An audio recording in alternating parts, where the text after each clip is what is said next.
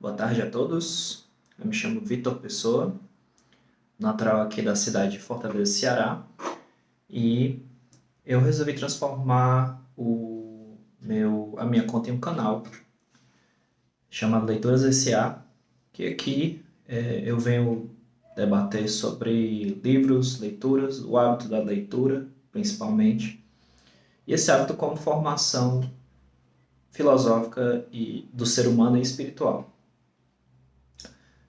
Nesse vídeo eu venho trazer 4 aspectos importantes em relação à leitura de clássicos que pode ajudar como bússola para algumas pessoas que estejam querendo começar uma leitura dos clássicos, o hábito da leitura, e podem ser bastante interessantes para, de repente, sanar algumas dúvidas, dirimir alguns problemas e, inclusive, vai acrescentar também aí como algumas opções ao leque de possibilidades na hora de escolher um livro clássico.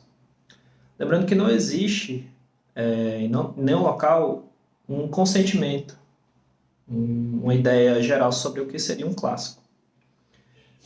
O que eu venho aqui acrescentar são algumas coisas que eu tenho observado na hora de ler os clássicos e pode ajudar algumas pessoas para ficar mais direcionado nesse sentido. Então, se você quiser, pode colocar o gostei, se já gostar do tema do vídeo. Os comentários serão sempre muito bem-vindos e vamos às questões. A primeira delas é que um livro clássico ele é atemporal. O que isso quer dizer? Que não interessa se você vai ler, se o seu pai já leu, seu avô, seu filho, se você já é avô também, o seu neto, todos eles vão conseguir compreender aquelas ideias, porque é uma ideia, um tema do livro atemporal. E você vai notar que pessoas de diversas idades e épocas diferentes vão conversar muito bem sobre esse livro. E você vai conseguir captar ideias, são ideias, na maioria das vezes, muito importantes a respeito desse livro. Isso é muito positivo, porque não importa a geração, as pessoas sempre vão conversar muito bem. Então, ele é um livro muito positivo nesse sentido. A segunda questão é que é um livro filosófico. Você vai notar que, perante algumas ideias do livro, algumas questões que são apresentadas, são ideias que permitem uma reflexão muito profunda, porque analisam o caráter social, político, econômico, moral, sobre situações ou questionamentos que vão além do bem e do mal, do que estamos acostumados a definir como bem e o mal. Por isso, eles acabam trazendo esse aspecto filosófico bastante intrínseco. E por isso que é interessante também, não só se até aos clássicos da literatura, mas aos clássicos também da filosofia. Então eles só se acrescentam, se conversam. Muito importante esse aspecto em geral. Terceira questão é que vai ser um livro de formação pessoal. Então, um livro que você vai ler, você vai terminar esse livro e vai notar que mudou.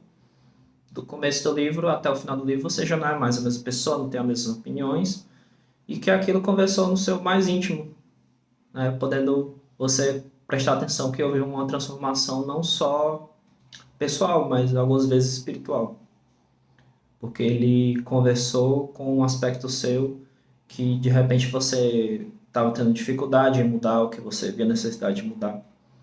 Então ele é muito impactante nesse sentido. Posso citar algumas leituras que depois de ter terminado o livro me transformaram de uma maneira muito particular. Como por exemplo Ressurreição, do Leon Tolstói, O Idiota, Dostoiévski,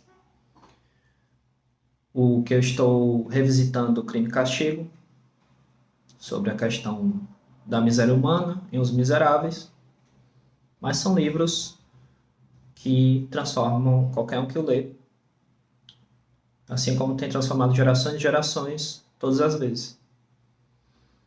E um quarto aspecto, eu queria ter fechado em 5, mas eu consegui juntar esses dois aspectos em um só, que é a consagração.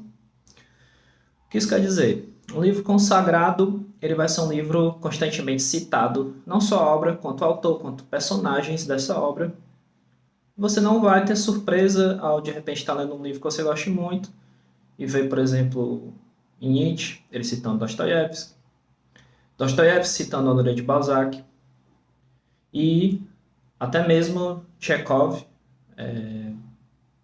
Turgenev, citando Cervantes, por exemplo, autor do Don Quixote. Turgenev é autor de um livro que fala de uma maneira mais tranquila, um pouco mais social sobre niilismo.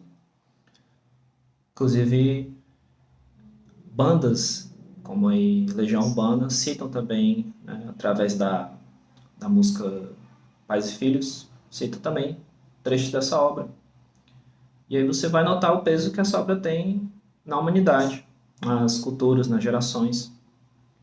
Então, ela tem esse aspecto de consagração, ou seja, ela é reconhecida, ela é ovacionada, ela é criticada, e isso é um aspecto muito importante que você vai ver que persiste nos livros clássicos. Esse é um canal que está começando de uma maneira amadora, não sei quais são os rumos que ele vai tomar, mas eu quero, através desse canal também, agregar a comunidade filosófica, a comunidade intelectual. Também é um canal que você vai notar que vamos estar aí dentro de uma jornada em comum, porque da mesma maneira que eu cito clássicos, revisito clássicos, interpreto clássicos junto com vocês, eu quero agregar e também através dos comentários que vocês podem estar fazendo, a gente pode estar agregando e crescendo junto.